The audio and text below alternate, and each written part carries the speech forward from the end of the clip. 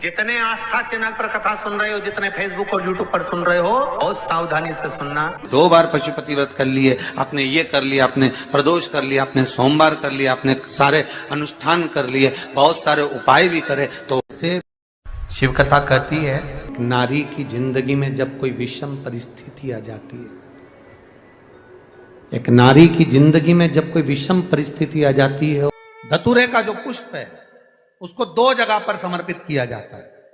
बहुत अंतर है महाराज। जैसे बेलपत्री चढ़ाते हैं तो बेलपत्री चढ़ाते समय डंडी का मुख अपने ओर कर लेते, 2 जगह। एक धतूरे का पुष्प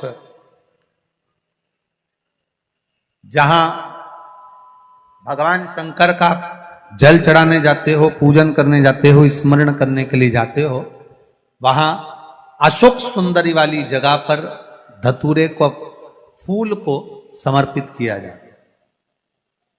एक दूसरे नंबर का धतूरे का जो फूल होता है, 2 फूल जब हम समर्पित करने जा रहे हैं तो एक अशोक सुंदरी वाली जगह पर, फूल का जो मुख होता है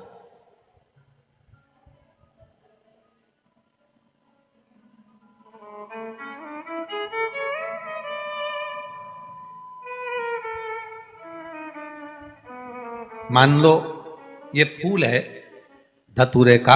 वैसे तो धतूरे का फूल लंबा होता है, आपने दर्शन किए किस किसने करे ना, सबने दर्शन।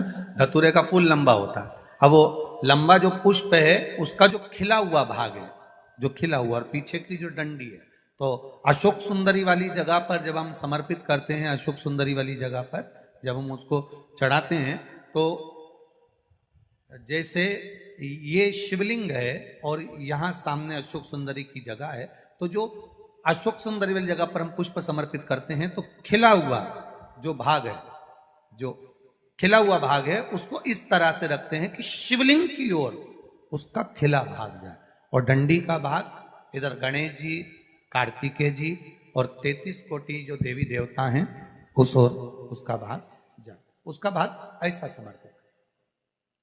एक दूसरा, शिवलिंग पर जब हम धतूरे का पुष्प समर्पित करते हैं, शिवलिंग पर जब हम धतूरे का पुष्प समर्पित करते हैं तो उस फूल का खिला हुआ जो भाग होता है उसका मुख हमारी ओर होना चाहिए। अर्थात डंडी का मुख जब शिवलिंग पर चढ़ाएंगे तो डंडी का मुख उधर हो और खिला हुआ भाग हमारी ओर।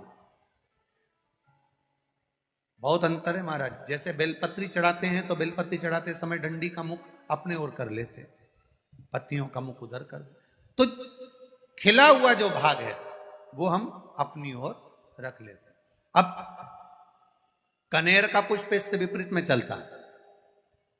कनेर का जो पुष्प होता है उसकी डंडी का मुख हम अपनी ओर रख लेते हैं और खिला हुआ भाग महादेव की ओर कर देते हैं, वो थोड़ा विपरीत हो जाता। तो शिव तत्व कह रहा है, भगवान शंकर का संवाद कर रहा है, शिव महापुराण की कथा कर रही है। 2 स्थान धतूरे के पुष्प को समर्पित करने के लिए दिए। कौन कौन सा स्थान है? जम के बोलो। पहला, जम के बोलो, अशोक सुंदरी के स्थान पर खिला हुआ भाग कहां होना चाहिए? महादेव की और डंडी का भाग जहां 33 कोटि देवता हों, गणेश जी, कार्तिकेय हों, उस ओर।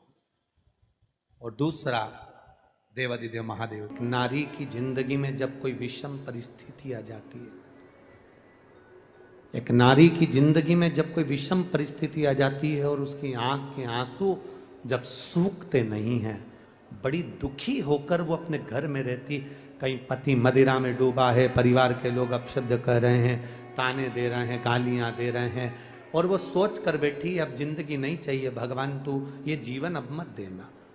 जिसकी बहुत गति बिगड़े किसी नारी की जिंदगी जब इस तरह से जी रही होती है, शिव पुराण कहती है केवल एक चावल का दाना, एक अक्षत, एक बेलपत्र और एक पुष्प की, लाल पुष्प की पंखड़ी, जो सोमवार की अष्टमी के दिन मां मालिनी के नाम से, मां गौरा के नाम से, आदिशक्ति के नाम से, 3 नामों का स्मरण कर कर, मालिनी, मां गौरा, आदिशक्ति का स्मरण कर कर जो अशोक सुंदरी वाली जगह पर समर्पित कर देती है नारी, उसकी जिंदगी से दुख समाप्त हो जाता है और वो खुशी की ओर अग्रण्य हो जाती है।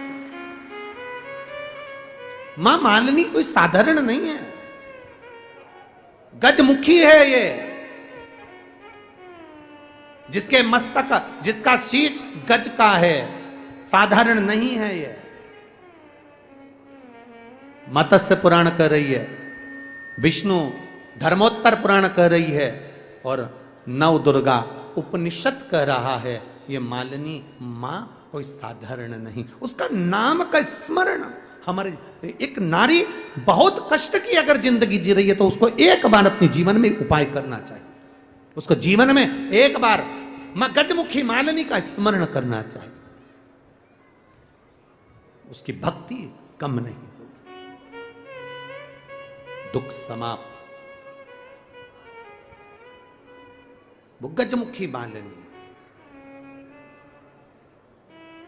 एक लाल चंदन में भिड़ा हुआ अक्षत, एक बेल पत्र, एक फूल, लाल फूल की एक पंखड़ी हो, फूल भी नहीं हो तो पंखड़ी भी, मां मालिनी गजमुखी को जब दिया जाए तो वो सुख प्राप्त करती है। सुख, शंकर भगवान के जितने संतान उतना गजमुखी मालिनी ने अपने गोदी में खिलाया। अशोक सुंदरी को, गणेश को, कार्तिक षडानंद को, जया, विषहरा, शामरीवारी, दौतली देव, ये सब कन्याओं को, बेटों को मां मालिनी अपनी गोदी में खिलाती, दुख समाप्त कर देती। श्री शिवाय नमस्तुभ्यम, सब बोलिए एक बार जमकर, श्री शिवाय नमस्तुभ्यम। प्रैक्टिकल जरूर करना, कहीं सियोर वाला महाराज झूठ तो नहीं बोल रहा। शास्त्रों की बातें हमारे जीवन में हमें सुख प्रदान करें, इसलिए इस भाव का आनंद करते हुए आज की कथा को विराम देते हैं। श्री शिवाय नमस्तुभ्यम। मेरे चैनल को सब्सक्राइब करें, बेल आइकन प्रेस करें, जिससे कि आपको लेटेस्ट वीडियो की नोटिफिकेशन मिल जाएगी।